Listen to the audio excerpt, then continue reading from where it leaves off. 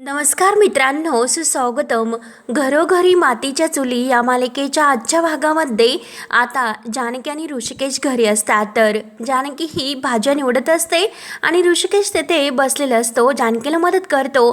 तेव्हा मात्र ओवी ही हातामध्ये एक कंगवा घेते आणि ती अशी त्या पलंगावर उभी असते.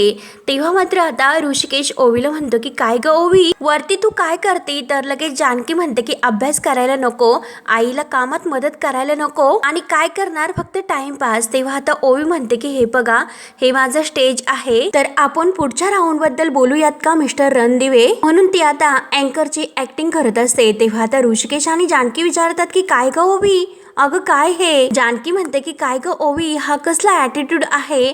तेव्हा मात्र आता ओवी म्हणते की मिसेस रणदिवे, पुढचा गेम काय आहे हो? तेव्हा मात्र आता लगेच ऋषिकेश म्हणतो की ओवी थांब, मी सांगतो. तेव्हा आता जानकी म्हणते की म्हणजे अगं नवरा बायको मध्ये किती समन्वय आहे हे. तर आता म्हणजे ओवी विचारते की काय समन्वय म्हणजे नेमकं काय ग आई? आणि जाऊन दे परत. आणि काय ग आई, किती कठीण शब्द वापरतेस ग, जरा सोपं सोपं बोल ना. आणि आई तू तर सांगूच नको, जाऊन दे, तू शांत राहा. आणि बाबा तुम्ही सांगा बरं, असं ऋषिकेशला विचारते. तर ऋषिकेश म्हणतो की हे बघ ओवी, अगं काही नाही, नवरा आणि बायको यांनी दोघांनी सुद्धा एकमेकांच्या मनातील ओळखणे आणि त्यांच्या दोघांमध्ये विचार विनिमय एकमेकांशी जुळतात का हे बघणं, यालाच तर कॉन्डेशन म्हणतात ना. तेव्हा मात्र आता ओवी म्हणते की हे बघा, विचार आणि कृती जर हे जुळत असतील तर त्यासाठी माझ्याकडे एक गेम आहे. आता ऋषिकेश विचारतो की कुठला? तर ओवी म्हणते की गमछरस. आणि जर तुमची टीम ही परफेक्ट असेल तर तुमचे सर्व आन्सर करेक्ट आले पाहिजे. तेव्हा आता ऋषिकेश विचारतो की पण हा गेम कसा खेळायचा गमछरस? आम्ही खेळतो तसाच ना, सिनेमांची नावं. तेव्हा आता जानकी म्हणते की आहोत तेच ना, एकमेकांच्या मनामध्ये काय चाललं हे ओळखणं, तर तेच त्याला म्हणतात. गाणीच ओळखायला हवी असं काही नाही, आपण म्हणी सुद्धा ओळखू शकतो. तेव्हा आता ऋषिकेश म्हणतो की काय म्हणींचा? तर लगेच ओवी आणि जानकी हो बोलतात. तर ओवी म्हणते की चला आता मी बाबांच्या कानामध्ये 2 ओळी सांगते आणि आई चल बरं ते ठेवून दे, सर्व काही भाजीपाला वगैरे आपण नंतर करूयात आणि चला आता खेळ खेळूयात. म्हणून आता ओवी ही ऋषिकेशच्या कानामध्ये 2 असं वाक्य बोलते. तेव्हा आता लगेच ऋषिकेश उठून उभा राहतो आणि चला लगेच ओळखूयात असं म्हणून जानकी तयार होते. तर ओवी म्हणते की चला बाबा, मराठी किंवा इंग्लिश? म्हणून आता तो जानकीला अगदी खुणावून सांगतो. तेव्हा आता जानकी विचारते की मराठी आणि 3 शब्द आहे. तर ऋषिकेश म्हणतो हो. आता ऋषिकेश नाचून दाखवतो. तर जानकी विचारते की ऋषिकेश तुम्ही नाचतात म्हणजे नाचण्याची काहीतरी आहे का ते जुडलेले? तेव्हा आता ऋषिकेश ते हातावारे, झाडू मारणे, कपडे धुणे वगैरे सर्व काही तिला करून दाखवतो. तेव्हा जानकी ते ओळखते. भांडी घासणं ही तर बायकांची कामं आहे. तर ऋषिकेश म्हणतो की हो हो चल आता ओळख. तेव्हा मात्र ऋषिकेश नाचून सुद्धा दाखवतो आणि ओवी आणि तो फुगडी सुद्धा खेळतो. जानकी म्हणते की नाचणे किंवा फुगडी खेळणं. तेव्हा आता ओवी म्हणते की आई ना, अगं ओळख ना. तर दोघेही आता अगदी गोल गिरके घेऊन नाच करत असतात. तेव्हा मात्र आता जानकी खुश होऊन म्हणते की नाच ग घुमा. तेव्हा आता ऋषिकेश अगदी खुश होतो आणि जानकीला टाळे देतो, कारण जानकीने अगदी करेक्ट ही म्हण ओळखलेली असते. तेव्हा ओवी लगेच आईला मिठी मारते. तेव्हा आता ऋषिकेश म्हणतो की जानकी अगं किती सोपं आहे आणि किती वेळ लावला तू? तेव्हा आता जानकी म्हणते की हो हो चला आता मी ओळखलं आणि चल ओवी आता दुसरी मूव्ही सुरू होईल. तेव्हा मात्र आता ओवी ऋषिकेशच्या कानामध्ये परत सांगते आणि ओके चला करा आता अशी कृती म्हणत असते आणि जानकीला ती कृती ओळखायची असते. जानकी म्हणते की म्हणजे फार असा अवघड सिनेमा दिलेला दिसतोय. तर आता ऋषिकेश लगेच उठतो. मात्र वेड हा शब्द असतो आणि आता त्याची सर्व काही जी कृती आहे तर ऋषिकेश प्रत्येक वेळेस करून दाखवतो. तेव्हा आता ओवी म्हणते की आई अगं ओळख ना पटकनी. तेव्हा आता लगेच जानकीला काही ओळखत नाही, ती विचार करते. तर ऋषिकेश ओवीला जवळ घेतो आणि ओवीला खुणावून दाखवतो. तेव्हा आता जानकी म्हणते की हो ती वेडी आहे आणि वेड. तेव्हा आता ऋषिकेश हसतो आणि करेक्ट असं म्हणतो. आता ओवी लगेच आई जवळ येते आणि काय ग आई काय म्हणतेस? तर आता जानकी तिला जवळ घेते आणि प्रेमाने म्हणते की बाळा अगं मज्जा केली आणि तू आमची वेडो आहेस की नाही? तेव्हा आता ओवी ही अगदी हसते आणि ऋषिकेश जानकी खूप खुश एकमेकांबद्दल. आता सर्व काही त्यांची ही प्रॅक्टिस सुरू असते. त्यानंतर मात्र इकडे ह्या वेड्यांची म्हणजे सारंग आणि ऐश्वर्या हे दोघांची जी काही स्पर्धा उद्या होणार आहे तर त्या टँक भरण्याची तर ती अगदी लगबग त्यांची सुरू असते. हा रिकामा जो पिंप आहे तर आपल्याला तो भरायचा आहे. तर आता सारंग म्हणतो की एवढंच ना, अगदी सोपं आहे. तेव्हा आता ऐश्वर्या म्हणते की सोपं नाही सारंग, अहो जाताना एकही थेंब पाणी खाली सांडायला नको. आणि हे बघा, हा गेम अगदी काही वेळापुरताच मर्यादित आहे. कमीत कमी वेळात आपल्याला ती पिंप भरायची आहे. तेव्हा सारंग म्हणतो की म्हणजे अच्छा, कमीत कमी वेळात आपल्याला जास्त पाणी भरायचं आहे हेच ना. तर ऐश्वर्या म्हणते की हो. तेव्हा ऐश्वर्या म्हणते की हो, आणि यातून नवरा बायकोची लगबग असणार आहे ही गोष्ट लक्षात ठेवा. तेव्हा आता सारंग लगेच तयार होतो. ऐश्वर्या म्हणते की हे बघा, ज्यांचं कॉर्डिनेशन हे छान असेल आणि ते जे लोक जास्तीत जास्त पाणी भरतील तर ते जिंकणार. तेव्हा सारंग लगेच खुश होतो आणि आपलं कॉर्डिनेशन खूप छान आहे, त्यामुळे उद्याची स्पर्धा आपणच जिंकू शकतो. ऐश्वर्या म्हणते की हो, आपणच जिंकणार. तर सारंग विचारतो की चला करायची का सुरुवात. ऐश्वर्या म्हणते की हो हो. ह्या दोघांची एका सोबतच लगबग सुरू होते. सारंग त्याची बादली घेतो, ऐश्वर्या तिची बादली घेते आणि घाईने दोघांची सुरू असते, परंतु एकमेकांची बादली काही त्यात बुडत नाही.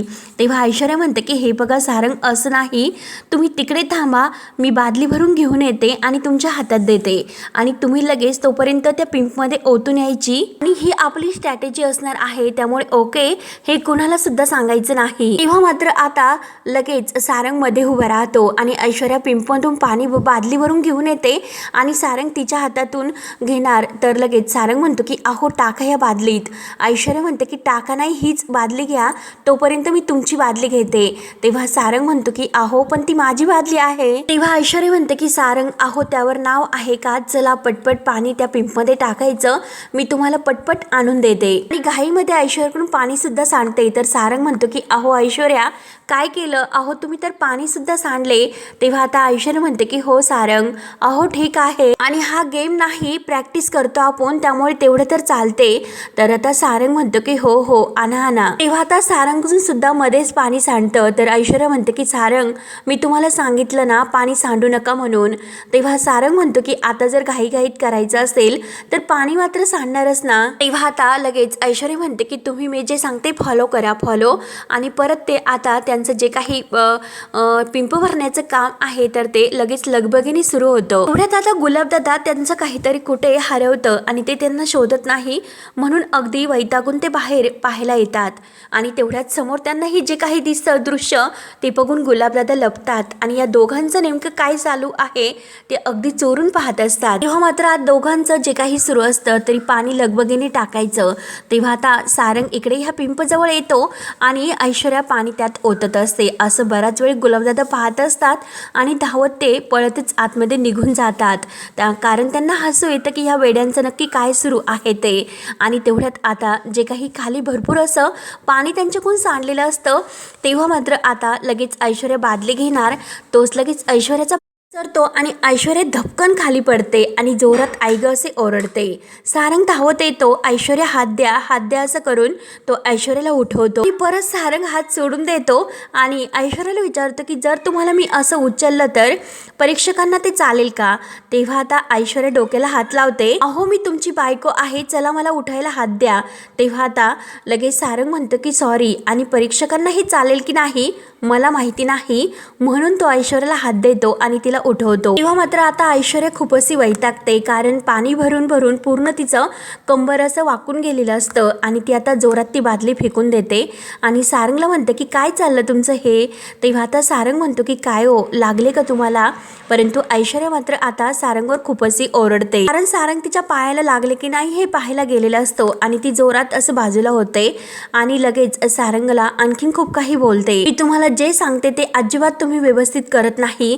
मी तुम्हाला सांगितलं होतं की मी जे सांगते ते अगदी तुम्ही फॉलो करा, पण ते सुद्धा तुम्हाला व्यवस्थित जमत नाही. पाणी सांडू नका, ते सुद्धा तुम्हाला साधं जमलेलं नाही. त्यामुळे आपल्यामध्ये झिरो कोऑर्डिनेशन आहे, झिरो. आणि अशाने उद्याचा गेम आपण जिंकणार आहोत का ते सांगा बरं. तुम्ही सांगा, आपण उद्याचा अशा प्रकारे गेम जिंकू शकतो का. तेव्हा मात्र सारंग म्हणतो की माझ्याकडून चूक झाली आणि आपल्यामध्ये कोऑर्डिनेशन पाहिजे आणि हेच जर असेल तरच आपण जिंकू शकतो. आणि नवऱ्याचं तोंड इकडे बायकोचं तोंड इकडे असं करून कितीही पाणी भरलं तर सगळी मेहनत ही पाण्यात जाणार.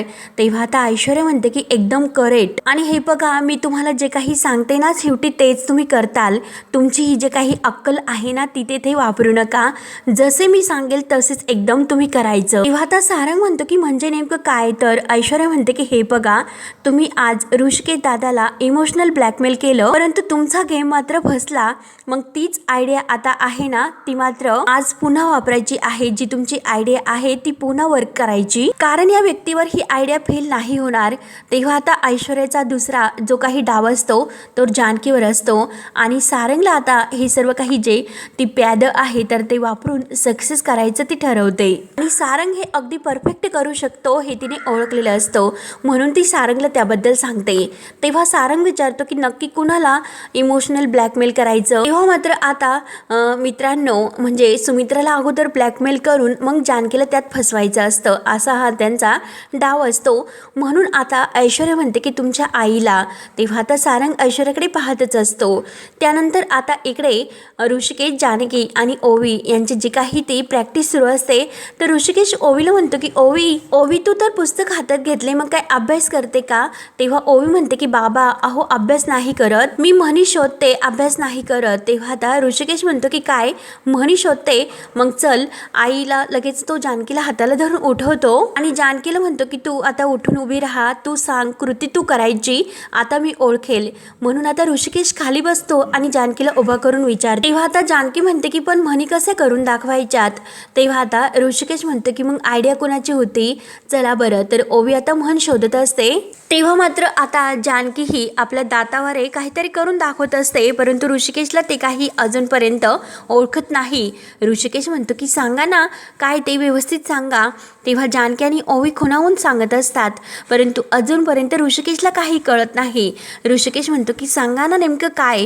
तेव्हा आता जानकी परत ती दुसऱ्या कृतीवारे खुणावून सांगते परंतु तरीसुद्धा ऋषिकेशच्या लक्षात येत नाही. तेव्हा जानकीला खूप असं हसायला येतं आणि जानकी वैतागून खाली बसते आणि परत उठते आणि ऋषिकेशला परत ती डोक्याला हात लावून म्हणजे अगदी खुणावून सांगत असते परंतु तरीसुद्धा अजूनपर्यंत ऋषिकेशच्या डोक्यात काही येत नाही कारण ती म्हण अशी असते की आपलेच दात आणि आपलेच होठ.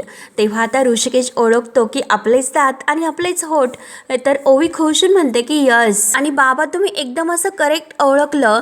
तेव्हा आता लगेच ऋषिकेश म्हणतो की कारण ती सध्या आपल्या जवळची म्हण आहे ना. तेव्हा आता ओवी दुसरी म्हण तिच्या कानात सांगते तर जानकी त्याची कृती करत असते परंतु ऋषिकेशला अजूनपर्यंत समजत नाही. तेव्हा आता ऋषिकेश म्हणतो की नाच ग घुमा कशी मी नाचू. तेव्हा आता जानकी तशी ऍक्टिंग करून दाखवत असते. तेव्हा आता ओवी म्हणते की बाबा म्हण आहे तर लगेच ऋषिकेश म्हणतो की अच्छा म्हण आहे तर. तेव्हा मात्र आता नाचता येईना अंगण वाकडं असं ती करून दाखवत असते. नाचून सुद्धा दाखवते आणि वाकडं होऊन सुद्धा दाखवते आणि खुणावून दाखवत असते. तर आता ऋषिकेश ओळखतो की नाचता येईना अंगण वाकडं. तेव्हा आता जानकी खुशून म्हणते की हो अगदी करेक्ट. तेव्हा आता लगेच ओवी म्हणते की यस बाबा एकदम असं करेक्ट परंतु बाबा यावेळेस मात्र तुम्ही खूप असा उशीर केला बरं का. तेव्हा आता ऋषिकेश म्हणतो की हो कारण मगासपासून तुम्ही माझी कशी फिरकी घेतलीस त्यामुळे त्याचा मी बदला आत्ता घेतो. तेव्हा मात्र आता जानकी म्हणते की बदला अहो मिस्टर ऋषिकेश आपण बदला नाही घेत आपण हे कॉन्टिन्युएशन आहे तर ते खेळतो. आणि हे बघा ऋषिकेश अहो कॉन्टिन्युएशन आहे ना ते कृतीत आणि विचारात नाही तर फिलिंग्समध्ये सुद्धा असायला हवं. आणि जर समोरचा चुकला तर ते समजून घ्यायचं असतं असं मुद्दामून करायचं नसतं. आणि कॉन्टिन्युएशन कशात असतं हे तुम्हाला कळलं ना. तर ऋषिकेश म्हणतो की हो कळलं.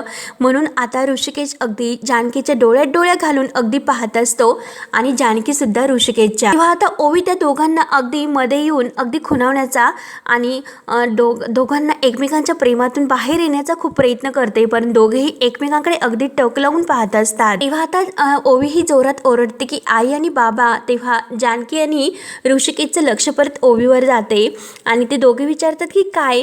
तेव्हा ओवी आता म्हणते तर काय म्हणत असते की हात नाही छोडना और साथ नाही छोडना। तेव्हा आता ओवी लगेच खुश होऊन लगेच दोघांना मिठी मारते। तर जानकी ऋषिकेश म्हणतात की हो का असं, आणि काय ग ओवी तुला हे सर्व बोलायला कसं जमतं ग।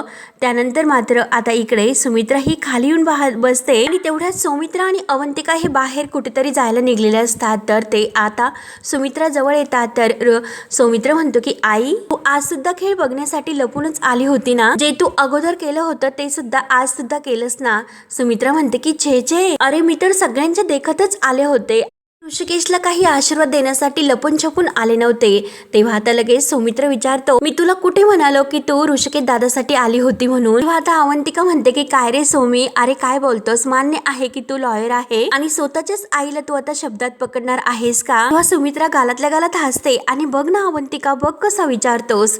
तेव्हा आता अगं आई तू तर बघतच राहा की आज सुद्धा अवंतिका सासूच्याच बाजूने आहेत। तेव्हा आता त्या तिघांना सुद्धा गोडसं हसू येतं।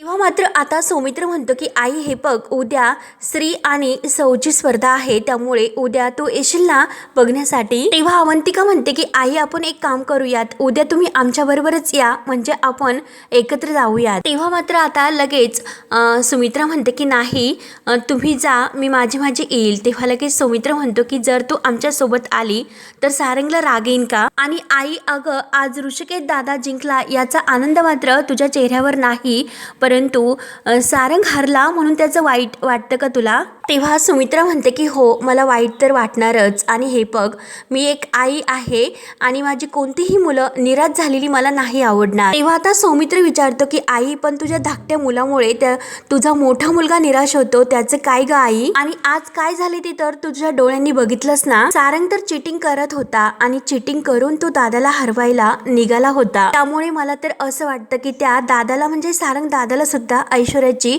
हवा लागलेली दिसते आणि तो कंप्लीट आपल्या हातातून गेला सुद्धा। तेव्हा मात्र अवंतिका सौमीला शांत करते की सौमी हे बघ आता ही सर्व काही बोलायची गरज होती का, आणि ही गोष्ट लक्षात ठेव बर का। अरे जे खेळात झालेले वाद आहेत ना ते येताने बाहेर सोडून यायचे, घरात येताने ते सोबत नाही आणायचे, कशाला आता घरामध्ये वाद घालायचा। तेव्हा अवंतिका खुश होऊन सुमित्राला म्हणते की आई अहो आज ना आमच्या बाबांसोबत आमच्या दोघांचा डिनर प्लॅन आहे, त्यामुळे आम्ही जरा जाऊन येतो। तर सुमित्रा म्हणते की अगो बाई हो का, नाहीतर मी बटाट्याच्या काचऱ्या आणि कढी तर करणारच होते। तेव्हा आता सुमित्रा हसून म्हणतो की नको आई अगं आज तर पॉपलेटचा बेत आहे। सुमित्रा हसून म्हणते की हो का, तर अवंतिका आणि सुमित्रा यांना खूप असं हसायला येतं। आणि हे बघा लवकर या, वेळेवर या, उद्या स्पर्धा आहे हे विसरू नका। तेव्हा अवंतिका म्हणते की हो ना सौमित्र, अरे पटकन जाऊ आणि पटकन येऊ, कारण आपल्याला प्रॅक्टिस सुद्धा करायची आहे। आणि आई आलोच आम्ही म्हणून ते दोघे आता जायला निघतात। आणि आता ते गेलेले पाहून मात्र ऐश्वर्या आणि सारंग अगदी चोर पावलासारखं अगदी बाहेर येतात आणि वरून ते गेलेले आहे त्यांच्या लक्षात येते। तेव्हा आता सुमित्रा एकटीच बसलेली आहे हे बघून ऐश्वर्याने सारंगला त्यांचा जो प्लॅन आहे त्या प्लॅन बद्दल आता सांगितलेलं असतं की आता सुमित्राला इमोशनल ब्लॅकमेल कसं करायचं याबद्दल ती आता समजावते। हे बघा सारंग अहो आत्ता घरात कोणीच नाही, आई तर एकट्याच आहे, मी तुम्हाला जे सांगितले ते तर लक्षात आहे ना, त्यामुळे ही संधी आहे, या संधीचं सोनं करून घ्या, आईंना इमोशनल ब्लॅकमेल करा, जा बरे लवकर। तेव्हा आता सारंग तयार होत नसतो। सारंग म्हणतो की नाही ऐश्वर्या नाही, मला आईला असं इमोशनल ब्लॅकमेल नाही करता येत। तेव्हा ऐश्वर्या म्हणते की सारंग अहो काय बोलतात तुम्ही, अहो तुम्ही विसरलात का आपण किती मोठं लोन घेतलेलं आहे, ते हे घर आपण गहाण ठेवलेलं आहे, त्यामुळे काही झालं तरी मात्र ही स्पर्धा आपल्याला जिंकावीच लागेल। 25 लाख आपल्याला हवे आहेत आणि त्या 25 लाख जर आपल्याला मिळाले नाही तर आपलं काही होणार नाही, हे सर्व काही तुम्ही लक्षात घ्या। आणि जर तुम्हाला यातून बाहेर पडायचं असेल तर तुम्हाला मात्र हे सर्व करावेच लागेल, त्यामुळे काही झालं तरी उद्याची ही फेरी आपल्याला जिंकायची आहे आणि ही स्पर्धा सुद्धा आपल्याला जिंकावीच लागेल। तेव्हा सारंग थोडंसं घाबरत असतो। सारंग म्हणतो की अहो पण, तर ऐश्वर्या म्हणते की अहो सारंग पण बिन काही नाही, काही झालं तरी आपल्याला ही स्पर्धा जिंकायचीच आहे हे लक्षात घ्या, नाहीतर तुमच्यामुळे आपण ही स्पर्धा हरू शकतो आणि तुम्हाला जर हे हवं आहे का? तेव्हा आता सारंग नाही नाही असे सुद्धा म्हणत असतो आणि त्यासाठी आपल्याला आईंना तर इमोशनल ब्लॅकमेल करावंच लागेल. तेव्हा आता सारंग म्हणतो की नक्की सांगा की नक्की तुमचा प्लॅन काय आहे, काय करायचं आहे. ऐश्वर्या म्हणते की हे बघा, कारण आता जी ही जानकी आहे ना ती उद्याच्या स्पर्धा म्हणजे खेळूच शकणार नाही. नियमानुसार ती ह्या स्पर्धेतून बाद होईल, जे काही आपल्याला या प्लॅनमध्ये करायचे आहे त्या प्लॅनमुळे. तेव्हा आता सारंग अडखळतच विचारतो की म्हणजे काय, आणि तो पूर्णपणे घाबरून जातो. तेव्हा ऐश्वर्या जो काही त्यांचा प्लॅन आहे त्या सर्व प्लॅनबद्दल आता सारंगला समजावते. तेव्हा सारंग आता हे ऐकून थोडंसं घाबरतो. तर ऐश्वर्या म्हणते की हे बघा सारंग, जर आपल्याला जिंकायचं असेल तर तुम्हाला मात्र हा सर्व प्लॅन करावाच लागेल. तुम्हाला आईंना इमोशनल ब्लॅकमेल करावंच लागेल. तेव्हा आता सारंगचा जीव वर खाली होत असतो. तर ऐश्वर्या त्याला म्हणत असते की सारंग अहो कसला विचार करतात, आता जा लवकर जा, आई एकटेच आहेत. म्हणून आता सारंगच्या हाताला धरून ती अगदी जबरदस्तीने जायला सांगते, सारंगला लोटते. तेव्हा आता ऐश्वर्याच्या होला हो करणारा हा वेडा सारंग शेवटी आईला इमोशनल ब्लॅकमेल करायला खाली येतो. अगदी घाबरलेला आणि अगदी अडखळत पावलांनी तो सुमित्रा जवळ येतो. सुमित्रा बसलेली असते. तेव्हा आता सारंग लगेच जोरात रडायला सुरुवात करतो की आई आई, अगं आई. तर सुमित्रा घाबरते की सारंगला नक्की काय झालं असेल रडायला. आई अगं माझी चूक झाली ग म्हणून आता तो खूप असा रडत असतो. तेव्हा आता सुमित्रा म्हणते की अरे सारंग शांत हो बाळा, अरे काय झालं मला नीट तर व्यवस्थित सांगशील का? तेव्हा मात्र आता सारंग पुन्हा रडायचं नाटक सुरू करतो की आई कसा शांत हो सांग ना. अगं आई मी ऋषिकेश दादाशी किती वाईट वागलो, बघ ना किती वाईट वागलो. मला माहिती होतं की आई आमच्या दोघांमध्ये भांडणं आहे, परंतु ती भांडणं वेगळी होती. पण आज जे काही मी केलं ना ते खूप असं चुकीचं होतं. आई मी त्याला हरवण्याचा प्रयत्न केला, खरंच माझी चूक झाली ग आई, चूक झाली ग आई. दादाला किती वाईट वाटलं असेल ग, खरंच माझी चूक झाली. म्हणून आता स्वतःच्या तोंडात मारण्याचं सुद्धा तो नाटक करतो आणि मारून घेत असतो. तेव्हा आता सुमित्रा म्हणते की मला त्याला माहिती नाही किती वाईट वाटलं असेल, परंतु मला मात्र खूप असं वाईट वाटलं. तेव्हा सारंग रडतो आणि आई मी असं काय करू तूच सांग मला, मी ना दादाची माफी मागतो. आई अगं मला खरंच तो नजरेसमोर उभे सुद्धा करणार नाही, मला खरंच खूप भीती वाटते, तूच सांग की मी काय करू ते. मी एक काम करतो, मी जानकी बहिणीची माफी मागू का, चालेल ना?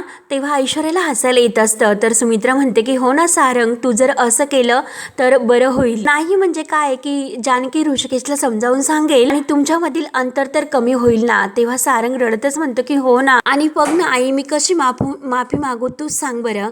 सुमित्रा म्हणते की अरे तू जानकीला जाऊन भेट, नाहीतर तू तिच्याशी फोनवर बोल. तेव्हा सारंग म्हणतो की नाही नको, मी तिला जाऊन भेटतो आणि नक्की ती मला माफ करेल ना. पण आई अगं तिला भेटायला मी कुठे जाणार, दादा तर मला तिकडे घरामध्ये नाही घेणार, मी कुठे जाणार तिकडे. मग आपण एक काम करूयात, आपण वहिनीला घरी बोलावूयात. म्हणजे आता जानकीला घरी बोलवायचं आणि तिला आता ते पैसे चोर म्हणजे देण्याच्या लाजमध्ये पकडायचं, असा यांचा प्लॅन असतो. आणि आई तू त्यासाठी खरंच मला येथे जानकी वहिनीची माफी मागता येईल, तू तिला फोन कर आणि इकडे बोलावून घे. तेव्हा आता ऐश्वर्या खूपच अशी खुश उड्या मारते, कारण आता तिचा प्लॅन वर्क होणार आहे असं तिला वाटत असतं. तेव्हा आता सुमित्रा म्हणते की काय सारंग मी बोलवू जानकीला. तर आता सारंग म्हणतो की हो आई तूच बोलवू शकते, आणि परत रडण्याचे नाटक सुरू करतो की आई अगं मी इतकं चुकीचं वागलो, त्यामुळे अगं वहिनीची सुद्धा बोलायची मला लाज वाटते ग. तेव्हा आता सुमित्रा म्हणते की अरे सारंग तू शांत हो. तेव्हा आता सारंग म्हणतो की नाही आई तू फोन कर बरं अगोदर. सुमित्रा म्हणते की अरे ती माझं थोडंसं ऐकणार आहे का, आणि हे बघ ती जर येथे आली तर ते सुद्धा तुझ्या बायकोला नाहीच आवडत.